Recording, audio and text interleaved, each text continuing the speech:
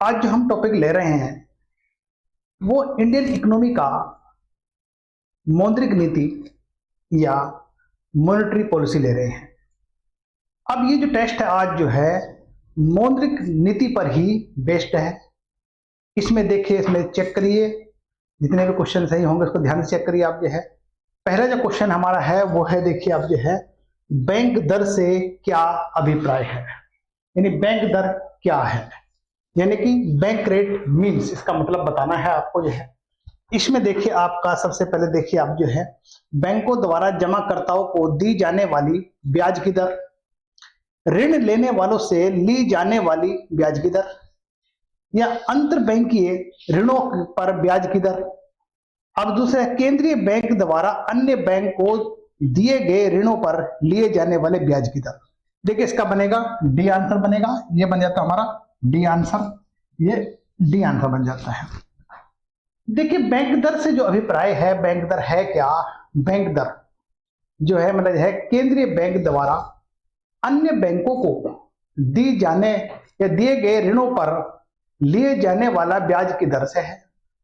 इसे बैंक दर या फिर ऐसा कह सकते हैं बैंक दर वह दर है जिस दर पर देश का केंद्रीय बैंक अपने सदस्य बैंकों के बिलों की पुनर्कटौती करता है या फिर प्रथम श्रेणी की प्रतिभूतियों की आड़ में उधार देता है या केंद्रीय बैंक द्वारा ली जाने वाली आधिकारिक ब्याज दर है। Reserve Bank of India act 1934 के सेक्शन 49 के अंतर्गत बैंक दर को परिभाषित करते हुए कहा गया है कि बैंक दर वह दर है जिस दर पर रिजर्व बैंक बैंकों को उधार देता है। मतलब समझिए जो है जिस दर पर जो है रिजर्व बैंक अन्य बैंकों को उधार देता है उसे हम क्या कहते हैं? बैंक दर। अब इसमें देखिए आंसर बना हमारा डी। नेक्स्ट, बैंकों को अपने रोकड़ शेष और कुल परिसंपत्ति के मध्य एक निश्चित अनुपात रखना पड़ता है, इसे कहते हैं, देखिए इसे कहते हैं हम जो है एसएलआर या कहते हैं सांविधिक तरल अनुपात या स्टैट्यूटरी लिक्विड रेशो। ये बनेगा हमारा बी आंसर, इसमें बन जाता है हमारा बी आंसर। देखिए एसएलआर की हम बात करते हैं, अगर देखिए जो है अब इसके अंतर्गत देखिए आप जो है बैंक अपने रोकड़ शेष और कुल संपत्तियों के मध्य एक निश्चित अनुपात रखते हैं। अर्थशास्त्र की भाषा में इसे सांविधिक तरल अनुपात या एसएलआर कहते हैं। रिजर्व बैंक संशोधन अधिनियम 1962 के अनुसार व्यापारिक बैंकों को अपने पाक्षिक नोट का एक निश्चित अनुपात सरकारी प्रतिभूतियों के रूप में अपने पास बनाए रखना होता है और जिसे एसएलआर की अधिकतम सीमा 40% तक निर्धारित की जा सकती है और न्यूनतम सीमा यह है 24 नवंबर 2008 को समाप्त कर दी गई थी। वहीं पर देखिए अगस्त 2021 में जो है मौद्रिक नीति में तरलता यानी सांविधिक तरलता अनुपात एसएलआर की दर जो है वो 18% बनाए रखा है। अब देखिए वैसे जो करंट डाटा है वो तो जब हम करंट अफेयर में करेंगे जो है इसका देखिए आंसर बना हमारा एसएलआर मतलब जो है बी आंसर। नेक्स्ट, निम्नलिखित में से कौन सी परिभाषिक शब्दावली उस क्रिया अवधि को इंगित करती है जिसके माध्यम से वाणिज्य बैंक सरकार को उधार देता है? अब देखिए इसमें जो है ये बनेगा, देखिए हमारा नकद उधारी अनुपात या cash credit ratio, debit service obligations या ऋण सेवा दायित्व, लिक्विडिटी एडजस्टमेंट फैसिलिटी या तरलता समायोजन सुविधा, स्टैट्यूटरी लिक्विडिटी रेशो, सांविधिक तरलता अनुपात। अब देखिए इसमें बनेगा हमारा, देखिए वो बनेगा एसएलआर यानी कि डी बन जाएगा। देखिए डी आपको देखिए। अब देखिए अगर हम बात करते हैं एसएलआर वह शब्दावली है जो वाणिज्यिक बैंकों से केंद्रीय सरकार या केंद्र सरकार द्वारा लिया जाने वाला धन जो कि उधार के रूप में होता है और बदले में केंद्र सरकार प्रतिभूतियां देती है, इसके लिए जो है एसएलआर प्रयुक्त होती है। मतलब समझिए एसएलआर वह शब्दावली है जो वाणिज्यिक बैंकों से केंद्र सरकार द्वारा लिए जाने वाला धन, या जो कि उधार के रूप में लिया जाता है, उसे मतलब कि इसके बदले में सरकार कुछ प्रतिभूतियां देती है, जिसे हम एसएलआर होता है, इसके लिए एसएलआर प्रयुक्त होता है। इसका आंसर बना हमारा डी। नेक्स्ट, अब इसमें देखिए आपको जो है भारत में मौद्रिक नीति के संदर्भ में निम्न में से कौन सा कथन सही है। अब इसमें सही बताना है आपको। देखिए आप जो है, ऊंची रेपो दर का तात्पर्य बैंकिंग प्रणाली में कम मात्रा में साख प्रवाह होगा। वर्तमान समय में मुद्रास्फीति को नियंत्रित करने के लिए आरबीआई ने रेपो रेट या रिवर्स रेपो रेट पर भरोसा किया है। देखिए इसमें जो आंसर है ये दोनों ही सही हैं। देखिए आप जो है, इसका बन जाएगा सी, यानी कि दोनों सही है। अब देखिए अगर हम बात करते हैं रेपो रेट की, बात करते हैं रेपो रेट, देखिए वह ब्याज दर है जिस पर रिजर्व बैंक वाणिज्य बैंकों को अल्पकालिक ऋण प्रदान करता है। रेपो रेट बढ़ाने पर साख प्रवाह कम हो जाता है और घटाने पर साख प्रवाह बढ़ जाता है। यानी कि मुद्रास्फीति को नियंत्रित करने के लिए रिजर्व बैंक द्वारा मौद्रिक नीति के अंतर्गत रेपो रेट या और रिवर्स रेपो रेट में परिवर्तन किया जाता है। अब देखिए ये तो हमारा जो है रेपो रेट हो गया है, तो इसका आंसर बना हमारा बी, सी आंसर है। नेक्स्ट, अल्पकाल में भारतीय रिजर्व बैंक जिस ब्याज दर पर व्यापारिक बैंकों को उधार देता है उसे कहा जाता है। देखिए इसमें जो है इसे कहते हैं रेपो रेट या रेपो दर। ये डी आंसर बन जाएगा हमारा, इसमें डी आंसर बन जाता है। देखिए आप जो है, नेक्स्ट क्वेश्चन हमारा देखिए जो है, बैंक दर में वृद्धि सामान्यतः इस बात का संकेत है कि, अब इसमें देखिए हमारा जो है ब्याज की बाजार दर पर गिरने की संभावना है। अब केंद्रीय बैंक अब वाणिज्यिक बैंकों को कर्ज नहीं दे रहा है, या केंद्रीय बैंक सस्ती मुद्रा नीति का अनुसरण कर रहा है, केंद्रीय बैंक महंगी मुद्रा नीति का अनुसरण कर रहा है। देखिए बैंक दर में वृद्धि सामान्यतः इस बात का संकेत करती है, देखिए कि केंद्रीय बैंक महंगी मुद्रा नीति का अनुसरण कर रहा है।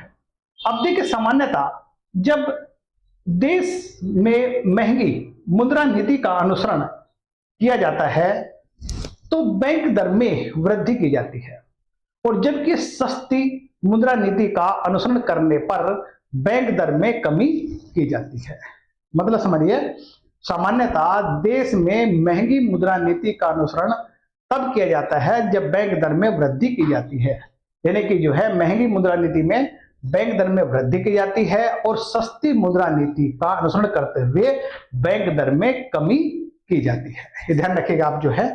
नेक्स्ट क्वेश्चन में बनेगा, देखिए आंसर हमारा डी, 6 का बन गया हमारा डी, यानी ये हमारा डी आंसर बन जाता है। नेक्स्ट, निम्नलिखित कथनों पर विचार कीजिए।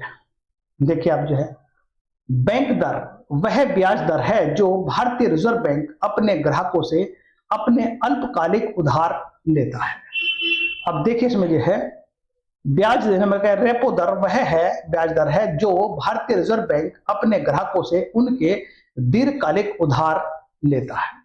अब देखिए इसमें आंसर बनेगा ना तो हमारा 1 बनेगा ना हमारा 2 बनेगा, ये बनेगा हमारा डी, यानी कि डी आंसर इसमें बन जाएगा। अब देखिए मैंने पहले बताया है आपको जो है बैंक दर जो है,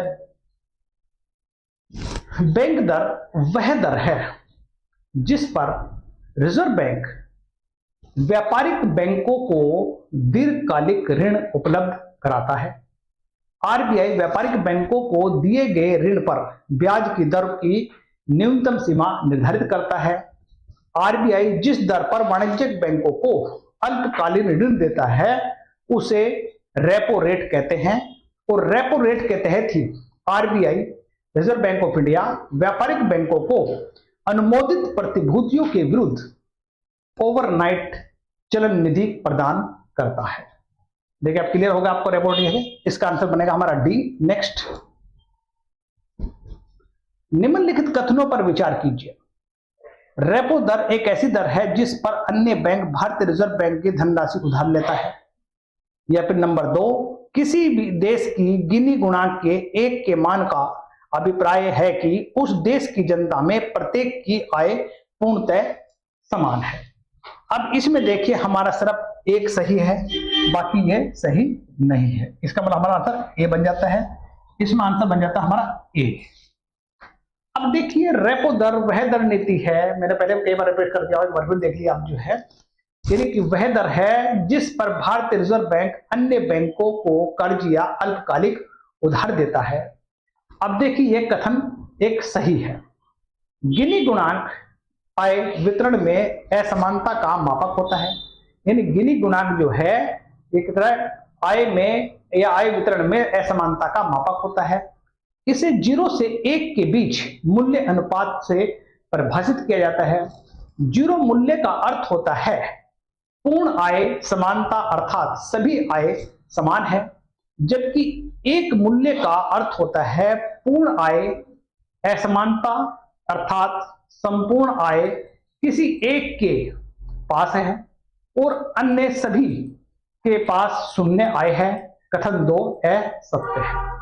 देखिए इसका देखिए हमारा आंसर देख बने, अब इसका आंसर बना हमारा ए, ओनली एक है इसलिए सेकंड हमारा नहीं हो सकता है। ये देखिए आंसर। नेक्स्ट,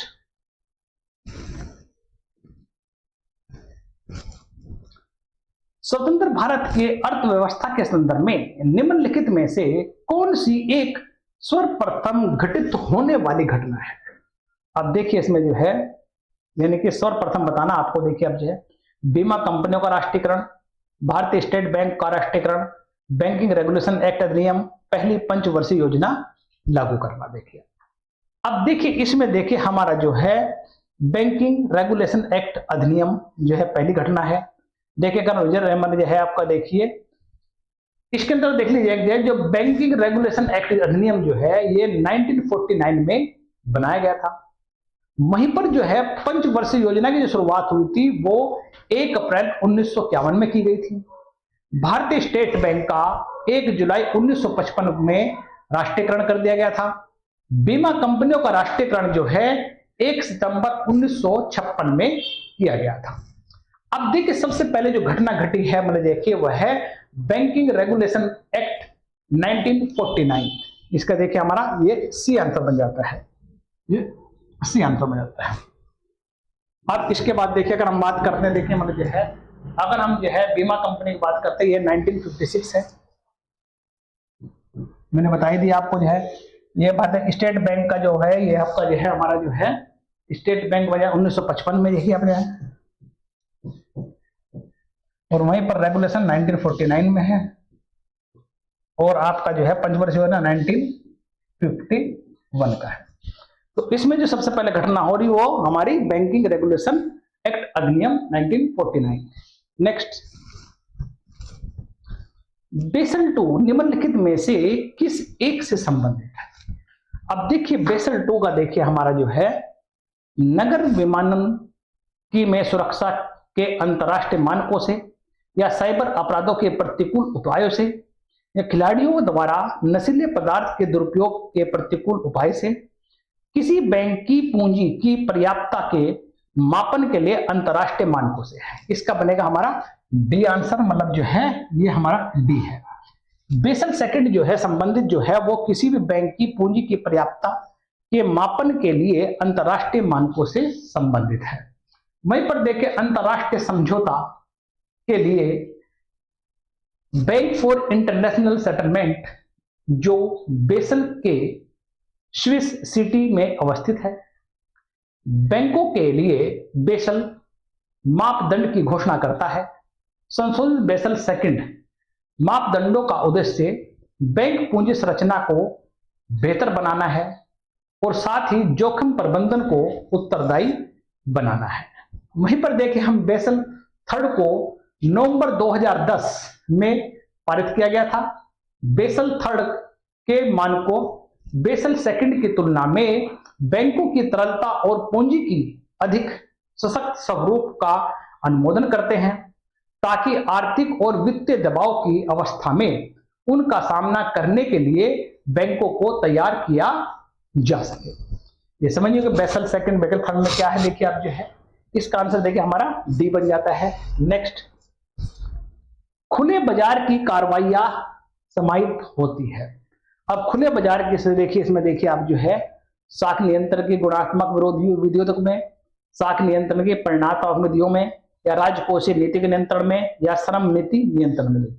इसका बनेगा साख नियंत्रण की परिमाणात्मक या है quantitative method of credit control, यानी बी आंसर है, इसमें हमारा बी आंसर बन जाएगा।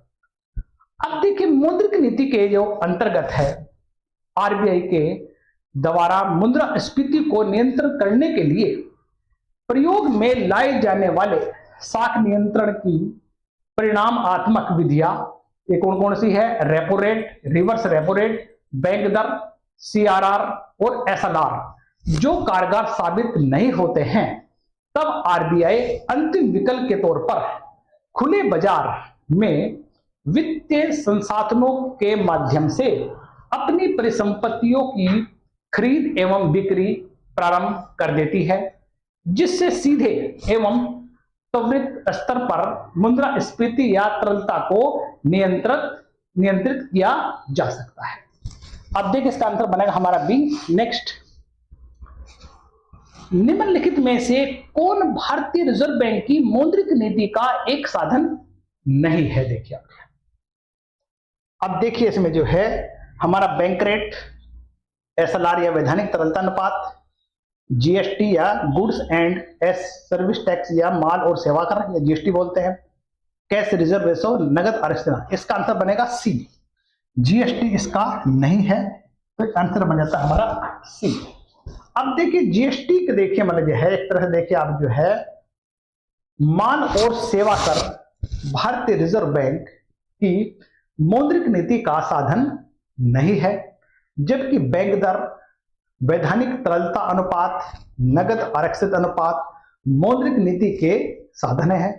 मौद्रिक नीति आर्थिक नीति की वह शाखा है जो अर्थव्यवस्था में मुद्रा की पूर्ति के नियमन तथा समायोजन और ब्याज दर के स्तर में परिवर्तन के द्वारा मूल्य की स्थिरता, रोजगार तथा आर्थिक समृद्धि तेज करने में विदेशी भुगतानों में संतुलन स्थापित करने का प्रयास करती है।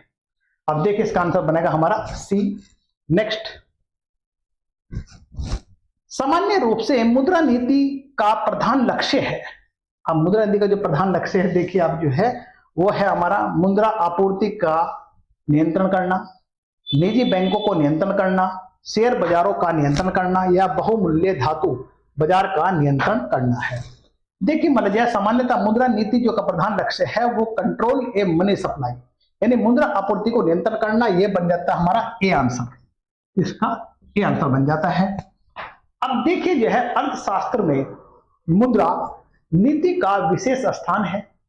प्रसिद्ध अर्थशास्त्री जॉनसन के अनुसार मुद्रा नीति के अंतर्गत केंद्रीय बैंक सामान्य आर्थिक नीति के लक्ष्यों को प्राप्त करने के उद्देश्य से मुद्रा की पूर्ति पर नियंत्रण रखता है। देखिए इसका देखा आंसर बन गया हमारा ए। नेक्स्ट, जब भारतीय रिजर्व बैंक नकदी रिजर्व अनुपात में वृद्धि की घोषणा करता है तो इसका तात्पर्य क्या होता है? यानी कहने का मतलब देखिए जब रिजर्व बैंक नकदी रिजर्व अनुपात यानी कि जो है मतलब जो है ये समझिए सीआरआर में वृद्धि का करता है, इसका क्या तात्पर्य होता है?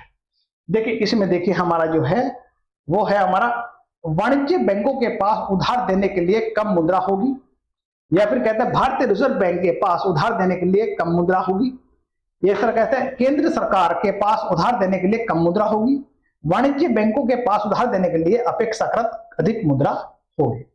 यानी कि देखिए जब सीआरआर का अनुपात वृद्धि होती है तो इससे क्या होता है कि वाणिज्य बैंकों के पास उधार देने के लिए कम मुद्रा होगी। देखिए जो है जैसे जैसे हमारा सीआर बढ़ता है तो बैंकों को उसी रेशो में अपनी पूंजी रिजर्व बैंक के पास रखनी पड़ती है। अगर सीआरआर में कमी करते हैं तो देखिए जो है तो रिजर्व बैंकों के पास धन मतलब पैसा अच्छे इकट्ठा मुद्रा अच्छी आती है। अगर हम सीआरआर बढ़ा देते हैं तो उतने ही कटौती बैंक को रिजर्व बैंक के पास जमा करनी पड़ती है। कहने का मतलब जो है, अगर सीआरआर में वृद्धि होती है तो वाणिज्य बैंक के पास उधार देने के लिए कम मुद्रा होगी। इसका आंसर बना हमारा ए। अब देखिए मतलब जो है, भारतीय रिजर्व बैंक द्वारा साख नियंत्रण के कई तरीके हैं, जैसे कि हम देखते हैं बैंक दर नीति द्वारा, खुले बाजार की क्रियाओं द्वारा, या फिर कहते हैं बैंकों के नगद को संबंधी आवश्यकताओं में परिवर्तन करके, या फिर तरलता संबंधी वैधानिक आवश्यकताओं को पूरा करके, विभेदात्मक ब्याज दरों की प्रणाली अपनाकर, या फिर हम कह सकते हैं चयनात्मक नियंत्रण नीति से, या नैतिक प्रभाव की नीति द्वारा। जब रिजर्व बैंक सीआरआर में वृद्धि करता है तो वाणिज्यिक बैंकों को अपनी कुल जमा का अधिक अंश जो है रिजर्व बैंक के पास रखना होता है। उस स्थिति में रिजर्व बैंक के पास उधार देने के लिए मुद्रा कम बचती है। अब देखिए यहां पर देखिए, रिजर्व बैंक साख नियंत्रण के दो तरीके अपनाए जाते हैं।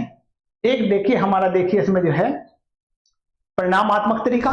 परिणामात्मक तरीके में क्या है, यह है बैंक दर, खुले बाजार की क्रियाएं, या फिर सीआरआर, एसएलआर और रेपो सिस्टम या repo rate, reserve repo rate. दूसरा पड़ता है हमारा चयनात्मक या गुणात्मक तरीका। इसमें देखिए हमारा क्या है, मार्जिन निर्धारण, साख मापदंड का निर्धारण, नैतिक दबाव और या फिर साख स्वीकृतिकरण योजना। अब देखिए इसका आंसर बना हमारा ए। नेक्स्ट देखिए हमारा जो है, देखिए वैसे तो मैं डिटेल में काफी कुछ बताना शुरू कर दूंगा, पर ये जो हमारा टेस्ट है, टेस्ट की तरह हम करते हैं इसको जो है। फिर भी कोशिश हमारा है, जो भी चीजें मैं बता रहा हूं अगर उसको आपको ध्यान में रख लेंगे तो इससे संबंधित क्वेश्चन गलत नहीं होगा, ये फैक्ट है। नेक्स्ट देखिए हमारा जो है, भारतीय रुपए की गिरावट रोकने के लिए निम्नलिखित में से कौन सा एक सरकार भारतीय रिजर्व बैंक द्वारा किया जाने वाला सर्वाधिक संभावित उपाय नहीं है। देखिए इसमें देखिए हमारा जो है, गैर जरूरी वस्तुओं के आयात पर नियंत्रण और निर्यात को प्रोत्साहन, उधारकर्ताओं को रुपए मूल्य वर्ग का मसाला बांड जारी करने हेतु प्रोत्साहित करना, विदेशी वाणिज्यिक उधारी से संबंधित दशाओं को आसान बनाना, या फिर एक प्रसरणशील मौद्रिक नीति का अनुसरण करना। इसमें देखो डी आंसर बनेगा, डी आंसर संबंध रहेगा, इसका आंसर बनेगा हमारा डी। अब देखिए अगर यह भारतीय रुपए में गिरावट रोकने के लिए गैर जरूरी वस्तुओं के आयात पर नियंत्रण और निर्यात को प्रोत्साहन, भारतीय उधारकर्ताओं को रुपए वर्ग मूल्य का मसाला बांड जारी करने हेतु प्रोत्साहन करना, या फिर हम कहते हैं विदेशी वाणिज्यिक उधारियों से संबंधित दशाओं में आसान बनाना जैसे उपाय कारगर सिद्ध हो सकते हैं। रिजर्व बैंक द्वारा प्रसरणशील मौद्रिक नीति का अनुसरण नहीं किया जाता क्योंकि इससे रुपए के मूल्य में बढ़ोतरी की बजाय गिरावट आ सकती है। इसमें देखिए हमारा आंसर ये डी आंसर बनेगा। नेक्स्ट, नगद आरक्षित अनुपात को कम करने से अर्थव्यवस्था पर इसका निम्नलिखित में से क्या प्रभाव पड़ेगा। देखिए मैं पहले भी डिस्कस किया आपका, देखिए अब फिर इसमें देखिए आप जो है, बैंकों के पास अधिक तरलता लाभ होगा नहीं, अर्थव्यवस्था में निवेश वृद्धि देखने को मिलती नहीं, अर्थव्यवस्था में मुद्रा पूर्ति बढ़ जाएगी, या फिर देखिए हमारा वास्तविक निवेश की दर में गिरावट आ सकती है। अब देखिए इसमें जो है ये देखिए बनेगा हमारा, देखिए यानी कि मतलब जो है सीआरआर कम करने से अर्थव्यवस्था पर क्या प्रभाव पड़ता है वो चीज देखिएगा आप जो है। बैंकों के पास अधिक तरलता लाभ होगा, मैंने पहले कहा जब सीआरआर कम करते हैं तो बैंक के पास संपत्ति आ जाती है, अगर बढ़ा देते हैं तो बैंकों को रिजर्व बैंक के पास जमा करनी पड़ती है। मतलब ये हमारा 1 सही है। उसके बाद अर्थव्यवस्था में निवेश वृद्धि देखने को मिल सकती है, बिल्कुल सही है क्योंकि पैसे आता तो होगा, ये भी ठीक है। अर्थव्यवस्था में देखिए हमारा मुद्रा बढ़ जाती है, बिल्कुल सही है, ये भी सही है। उसके बाद देखिए हमारा वास्तविक निवेश दर में गिरावट आ सकती है, ये भी हमारा सही है। मतलब जैसे हमारा ये सी आंसर बन जाएगा, ये सारे सही हैं, ये सी आंसर हो जाता है इसका। नेक्स्ट देखिए मतलब अगर हम बात करते हैं, देखिए मतलब जो है ये तो मैं क्लियर कर दी आपको जो है। आगे देखिए हमारे पास जो है नेक्स्ट क्वेश्चन,